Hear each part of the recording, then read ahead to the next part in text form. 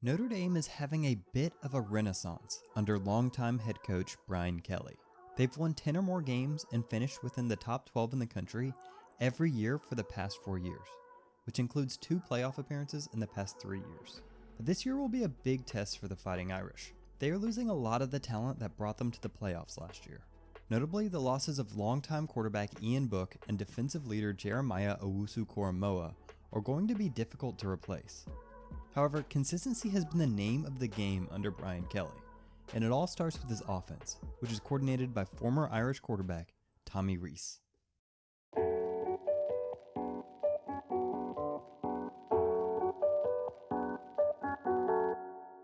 In a world that is dominated by spread offenses, Notre Dame really bucks the trend with its conservative nature.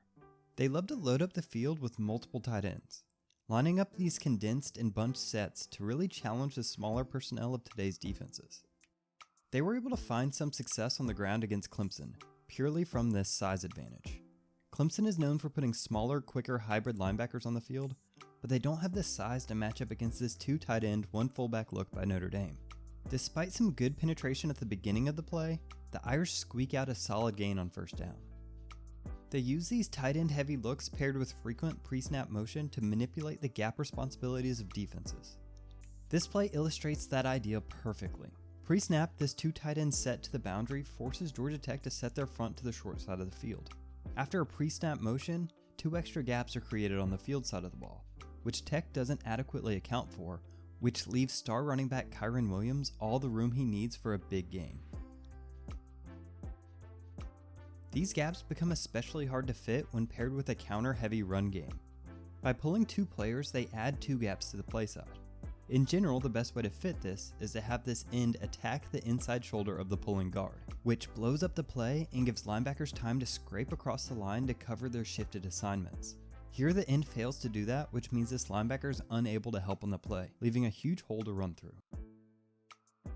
However, this strategy isn't foolproof. With more people at the line of scrimmage, there's a greater likelihood that the play simply gets stuffed up, or that one missed block leads to a tackle for loss. While it may seem like these tight ends are purely for bolstering the running game, they're also a tough matchup in the passing game. Keep an eye out for sophomore standout Michael Mayer. They love getting him out in space with these shallow routes, but they can also use his large framed sort of box out defenders on stick plays. The complexity they show in the running game allows Rees to set his quarterback up with easy completions in the passing game. The bunch sets that they run a lot of their offense from is perfect for this.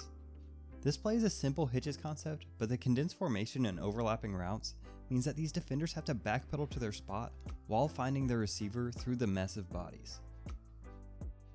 They also naturally rely a lot on play action. Last year, a staple of their offense was this rollout pass, which enabled quarterback Ian Book to get out of the pocket and use his athleticism to his advantage.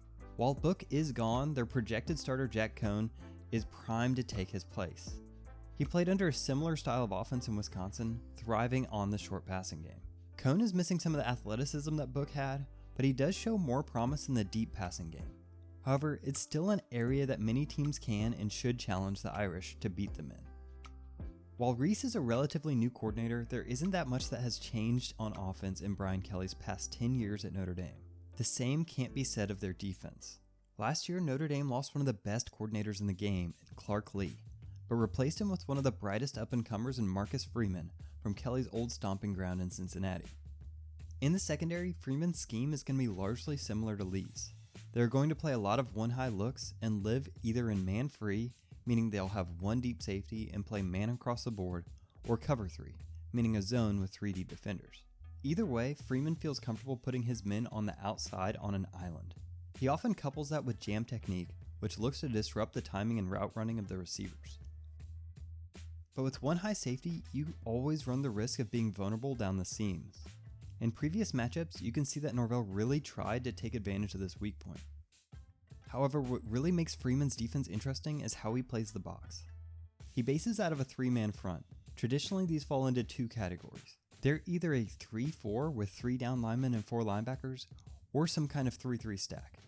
But Freeman's defense employs almost what I would consider a 3-2, with these 2 overhang defenders having more in common with safeties than with linebackers. But in reality, his defense acts much more like a 4-man front. One of the inside linebackers will often sneak up to the line of scrimmage and take the role of a 3-technique defensive tackle, and the nose tackle will take the gap opposite to the inserting linebacker, much like a 1-tech defensive tackle in a 4-down scheme. This gives them a ton of flexibility and allows them to hide their gap alignments pre-snap. Here's that inserting linebacker coming untouched into the backfield for a tackle for loss. They also like to play their defensive ends in heavy technique, which means that while they may be aligned outside the tackles, they often collapse down into the B gaps, which along with the inserting linebacker, tries to clog up the interior with as few people as possible. Watch this end crash inside, which stuffs up the middle of the field. Since the gaps inside are taken up, it allows more freedom for the linebackers to hover while reading the track of the running back or offensive lineman. This aggressive inside presence allows these overhangs, which are traditionally more like linebackers, to be more athletic as they don't have to worry about interior run fits. These hybrid players tend to hang out in the post to try to take away RPO opportunities while still being available to help out with contain responsibilities and outside run fits. I think this is a natural position for one of the best defensive players in college football in Kyle Hamilton. His aggressiveness and athleticism allow him to play anywhere on the field, but he might be most effective in this hybrid role. While this defense clogs up the interior, they still have a light box with only 5 capable box defenders. That means they're a little vulnerable to the exterior running game. Florida State head coach Mike Norvell has had about as much success as anyone running against Marcus Freeman's defense, and I think a lot of it has to do with plays like this. Here, while Cincinnati adjusted to the Wildcat by bringing in an extra lineman, they still have light personnel on the exterior. This downplay takes the outside run that this defense is willing to surrender. The tight end and tackle block down on Cincinnati's only box defenders and allows a pulling guard a one-on-one block with the corner.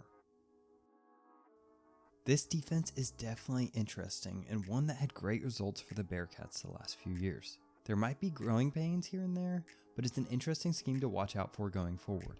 As for the rest of this Notre Dame team, they still have the talent to make an impression on the national landscape, but they are losing a lot of leadership. While they should be able to walk away from Tallahassee unscathed, this season will really show everyone whether the Irish are a team that has to rebuild or if they're part of the elite class of programs who can simply reload. Thanks for watching this video. The Triple Option team is going to come out with a video looking more at the Florida State side of things later this week. Please make sure to like and subscribe, comment, ask any questions, and look for our Patreon and gear links in the description below. Thanks.